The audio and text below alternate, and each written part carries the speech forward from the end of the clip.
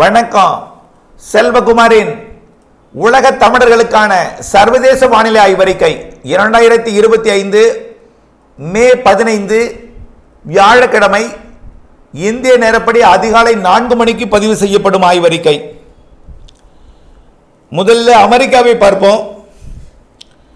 அமெரிக்காவில் ஏற்கனவே New York Washington கடலோரம் நீடித்துக் கொண்டிருந்த காற்றழுத்த தாழ்வு பகுதி கடலுக்குள் இறங்கிவிட்டது. இருந்தாலும் தற்பொழுது கடலோரத்தில் கனமழை பிடிப்பை கொடுத்து கொண்டுதான் இருக்கிறது.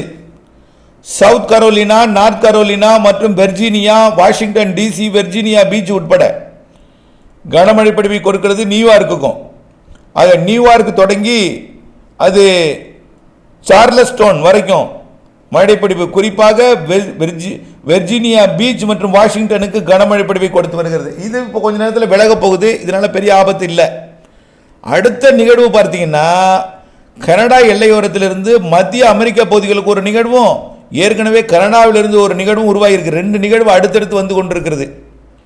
இதனால் அமெரிக்காவில் இப்போ மிக கடுமையான இடி மின்னலை கொடுத்து வருகிறது. எங்கன்னு பார்த்தீங்கன்னா பிஸ்மார்க், மேலும் அதற்கு தெற்கக்கூடிய மாகாணங்கள் சவுத் டகோட்டா, மேலும் அதற்கு தெற்கக்கூடிய நெப்ராஸ்கா மாகாணங்கள் எல்லாமே, அதாவது கிராண்ட் ஐலாண்ட், நார்த் பிளேட் மற்றும் இந்த பகுதியெல்லாம் கனமழை பிடிப்பு.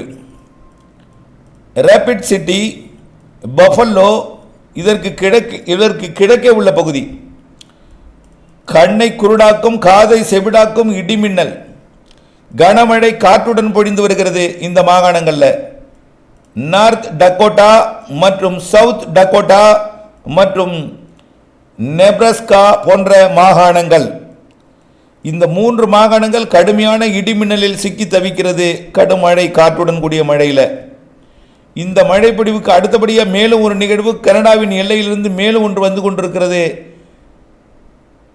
அதுவும் அமெரிக்காவோட மத்திய மாகாணங்களில் கனடா எல்லை வழியாக நுழைய இருக்கிறது. அடுத்தபடியாக இன்றைக்கு இந்த நிகழ்வுகள்லாம் எப்படி போகும், எப்படி பயணிக்கும் அமெரிக்காவுடன் பார்த்தீங்கன்னா, அதாவது அமெரிக்காவில் நீடித்துக் கொண்டிருக்கக்கூடிய இந்த வலுவான நிகழ்வு மத்திய மாகாணங்கள் வழியாக கிழக்கு நோக்கி பயணிக்கும். இது அமெரிக்கா கனடா எல்லையோரம் வழியாக பயணிக்கும் என்று எதிர்பார்க்கப்படுகிறது. ஏற்கனவே மெக்சிகோ வளைகுடா ஒட்டி பயணித்தது, இப்போ கிழக்கு எல்லையோரமாக பயணிக்கும். இதனால டொரண்டோ, ஒட்டவா உள்ளிட்ட கனடா பகுதிகளுக்கும் அமெரிக்காவோட வாஷிங்டன் டிசி பகுதிக்கும் மழைப்பிடிப்பை கொடுக்கும் வகையில் வடக்கு பகுதி வழியாக கிழக்கு நோக்கி பயணித்து அட்லாண்டிக் பெருங்கடலில் இறங்கும். ரைட். இதிலிருந்து ஒரு காற்று சுழற்சி ஒன்று பிரிந்து தனியாக ஒரு அமைப்பாக தெற்கு மாகாணங்களுக்கும் வரும். அது மெல்ல வரும்பொழுது ஏற்கனவே கனடா எல்லையோர நீடித்து கொண்டிருக்கூடிய நிகழ்வும் இதோடு வந்து இணைந்து கொண்டு அப்படியே மெக்சிகோ வளைகுடாவை ஒட்டிய மாகாணங்களாகிய, அதாவது தெற்கு மாகாணங்களுக்கும் மழைப்பிடிப்பை கொடுக்கும். அதாவது அலபாமா, ஜார்ஜியா மற்றும் சவுத் கரோலினா, நார்த் கரோலினா போன்ற பகுதிகளுக்கும், பிறகு புளோரிடாவிற்கும் மழைப்பிடிப்பை கொடுத்து புளோரிடா முதல் நியூயார்க் வரைக்கும், வாஷிங்டன் டிசி, வெர்ஜீனியா வரைக்கும் மழைப்பிடிப்பை கொடுத்து விலகும். ஆக எல்லா நிகழ்வுமே வாஷிங்டன் டிசி, நியூயார்க், வெர்ஜீனியாவுக்கு மழை உண்டு. அப்பப்போ சில நிகழ்வுகள் அது சவுத் பகுதிகளுக்கு, அதாவது டெக்சாஸ் மாகாணம் மற்றும் லூசியானா மற்றும் புளோரிடா மாகாணம் வரைக்கும் வந்து மெக்சிகோ வளைகுடா வரைக்கும் வந்து மழைப்பிடிப்பை கொடுக்கும். பெரும்பாலான நிகழ்வுகள் நேரடியாக கிழக்கு நோக்கி பயணிக்கும், ஒரு சில தெற்கு நோக்கி வரும். எல்லாமே அட்லாண்டிக் பெருங்கடல் நோக்கி போகும். ஓகே. அடுத்தது தென் அமெரிக்க நாடு.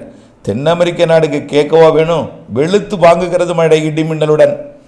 இன்றைய மழைப்பிடிப்பு கொட்டி தீர்க்கும் 3 நாடுகள் கொலம்பியா, வெனிசுலா மற்றும் கயானா. அப்படியே பார்த்தீங்கன்னா ஈக்குவடர், பிரேசிலோட வடக்கு பகுதி கொட்டுகிறது மழை. பெருவோட வட கிழக்கு பகுதியும் மழை. இப்படியே தினசரி மழை தாங்க. இதுக்கெல்லாம் முடிவே கிடையாது. மழை தான், தினசரி மழை தான். இதில் சிலி தெற்கு கடலோரத்திலேயும் மழை, குளிர்கால மழை. அவ்வப்பொழுது அது அர்ஜென்டினாவிற்கும் மழைப்பொழிவை கொடுக்கும் நிகழ்வுகள் வரும். அதன் அடிப்படையில் அர்ஜென்டினாவிற்கு மழைப்பொழிவை கொடுக்குவது 24, 25 தேதிகளில் ஒரு மழைப்பொழிவை கொடுப்பதற்கு வருக்கு பெராகுவே உருகுவே போன்ற பகுதிகளுக்கும் 24 25 தேதிகளில் மழைப்பொழிவை கொடுப்பதற்கு 25 26 27 வரைக்கும் கொடுக்கும். நல்ல மழைப்பொழிவு கொடுக்கும் என்று எதிர்பார்க்கப்படுகிறது. அடுத்தபடியாக ஆப்பிரிக்க நாடுகளை பொறுத்த வரைக்கும் மழைப்பொழிவு தீவிரமடைஞ்சிருக்கு. ஆனாலும் நாள் முழுவதும் மழை பெய்யறதில்லை. உகாண்டாவை எடுத்துக்கிட்டிங்கன்னா, கம்பாலாவை எடுத்துக்கிட்டிங்கன்னா அதிகாலை ஒரு மழை பெய்யும், அடுத்தது பார்த்தீங்கன்னா மாலையில் ஒரு மழை பெய்யும், அவ்வளோதான். சில நேரங்களில் காலை ஒரு மழை பெய்யும், மதியம் ஒரு மழை பெய்யும், அதிகாலையில் ஒரு மழை பெய்யும், அவ்வளோதான். அப்போ ஒரு நாள் ஒன்றுக்கு 2 அல்லது 3 முறை மழை குறுக்கீடுகள் இருக்கும், கொட்டி கொண்டே இருக்கும் மழை அல்ல. ஆனால் காங்கோவில் வெள்ளப்பெருக்கு ஏற்படுத்தி கொண்டிருக்கிறது மழைப்பொழிவு. இந்த மழைப்பொழிவு தொடர்ந்து மத்திய ஆப்பிரிக்கா பகுதியில் தொடர்ந்து இருந்து கொண்டிருக்கும். மத்திய ஆப்பிரிக்கா மழைப்பொழிவு இருந்து கொண்டே இருக்கும். அதே நேரத்தில் காங்கோ மட்டும்தான் பாதிக்கும் மழைப்பொழிவாக இருக்கும். மத்திய ஆப்பிரிக்கா மழைப்பொழிவு கொஞ்சம் கொஞ்சமாக சவுத் சூடான் பகுதிக்கும் முன்னேறும். இந்த மாத இறுதியில் மத்திய ஆப்பிரிக்கா பகுதியோட மழைப்பொழிவு கூடும். விக்டோரியா ஏரி பகுதியில் மட்டும் தினசரி மழை இருக்கும், தொடர் மழை அல்ல. நாளொன்றுக்கு ஓரிரு முறை மழை, இதமான வானிலை எல்லாமே இருக்கும். அடுத்தபடியாக மத்திய தரைக்கடல் பகுதிகள், அதாவது மேற்கத்திய இடையூறாக வரக்கூடிய நிகழ்வு.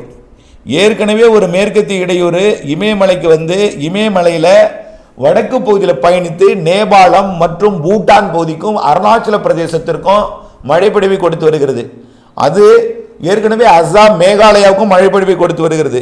இப்போ அது எங்கே இருக்குன்னு பார்த்தீங்கன்னா அருணாச்சல பிரதேசம், அஸ்ஸாம், மேகாலயா பகுதியில் இருக்குது. அது அண்டை நாடாகிய பூட்டான் மற்றும் நேபாளத்திற்கும் அண்டை நாடாகிய சீனாவின் திபெத் பகுதிகளுக்கும் கனமழைப்பொழிவை கொடுத்து வருகிறது. இந்த நிலையில் தற்பொழுது காஸ்பியன் கடல் பகுதியை ஒட்டி மேலும் ஒரு மேற்கத்திய இடையூறு வந்து கொண்டிருக்கிறது. இந்த மேற்கத்திய இடையூறும் சீன பகுதியை ஒட்டி இமயமலையோட வடக்கு பகுதிக்கு தான் போகும். மேலும் ஒரு நிகழ்வு வந்து பார்த்தீங்கன்னா தற்பொழுது அட்லாண்டிக் பெருங்கடலில் வந்து கொண்டிருக்கு. அந்த நிகழ்வு வரக்கூடிய 24 25 தேதிகளில் அது மத்திய தரைக்கடல் பகுதிகளில் நுழையும் என்று எதிர்பார்க்கப்படுகிறது. அது 27 தேதி வாக்கில் இத்தாலி மற்றும் கிரீஸ் வழியாக வந்து துருக்கிக்கு வடக்காக வந்து, அதுவும் காஸ்பியன் கடல் பகுதி வழியாக, நிலம் சூழ்ந்த கடல் காஸ்பியன் கடல் வழியாக வந்து இமயமலைக்கு வடக்கு பகுதிக்கு தான் போகும். இருந்தாலும் அதுவும் சீன பகுதிக்கும் வடக்கு பகுதிக்கு தான் மழை பெய்யும். அதனால மேற்கத்திய இடையூறு வந்து பாகிஸ்தானுக்கும் பாகிஸ்தான் எல்லையோர இந்திய மாநிலங்களுக்கும் ஆப்கானிஸ்தானுக்கும் அதிகமான அனலையும் வெயிலையும் கொடுப்பதற்கான அமைப்பு தான் இருக்கு. ஆனால் இந்திய தீபகற்பத்திற்கு தெற்கே இருக்கக்கூடிய கடற்பகுதிகளில் வங்கக்கடலில் உருவாகக்கூடிய நிகழ்வு வடகிழக்கு மாநிலங்கள் மற்றும் மேற்கு வங்கம், ஒடிசா போன்ற பகுதிகளுக்கு நிறைய மழைப்பொழிவை கொடுக்கக்கூடிய வானிலை அமைப்பை ஏற்படுத்த போகிறது. ஆகவே ஒடிசா, மேற்கு வங்க பகுதிகளுக்கு நல்ல மழைப்பொழிவு, ஆந்திர பிரதேசம் உள்ளிட்ட அனைத்து தென் மாநிலங்களுக்கும், மகாராஷ்டிராவிற்கு தெற்கே குமரி வரைக்கும், ஒடிசா அதாவது மேற்கு வங்கம் தொடங்கி வடகிழக்கு மாநிலங்கள் தொடங்கி கன்னியாகுமரி வரைக்கும் உள்ள கடலோர பகுதிகளுக்கும், ஒட்டுமொத்த தென் மாநிலங்கள் மற்றும் வங்க கடலோர மாநிலங்களுக்கு மிகச்சிறப்பான மழைப்பொழிவை கொடுக்க போகிறது. அடுத்தபடியாக ஆஸ்திரேலியாவை பொறுத்த வரைக்கும் இந்தோனேஷியா ஒட்டிய பகுதிகளுக்கு மட்டும்தான் இப்போ உடனடியாக மழை. நேரடியாக மழைப்பொழிவை எந்த ஒரு பெரிய பாதிக்க மழை இல்லை. ஆனால் தென்கிழக்கு ஆசியா, தெற்காசியாவில் கனமழை காத்திருக்கிறது. அங்கிருந்து நிகழ்வு தான் இந்தியாவுக்கே வருது. அதனால வியட்நாம், கம்போடியா, லாவோஸ் மற்றும் Myanmar, Thailand, Singapore, Malaysia, Brunei மற்றும் பிலிப்பைன்ஸ் உள்ளிட்ட நாடுகளுக்கு தொடர்ந்து மழை இருந்து கொண்டிருக்கும். இடியுடன் கூடிய மழையாக இருக்கும். அங்கே தென்மேற்கு பருவமழை தொடங்கிவிட்டது. அது அந்தமான் பகுதிகளுக்கும் தொடங்கிவிட்டது. படிப்படியாக அது வங்கக்கடலோட தெற்கு பகுதிக்கும் மாலத்தீவு உள்ளிட்ட பகுதிகளுக்கும் தொடர்ந்து மழை பொழிவை தொடக்கும். இனிமேல் மழை தான் சிங்கப்பூர், மலேசியா உள்ளிட்ட தெற்காசிய, தென்கிழக்காசிய நாடுகள். தொடர்ந்து அப்டேட்ஸுடன் இணைந்திருங்கள். நன்றி.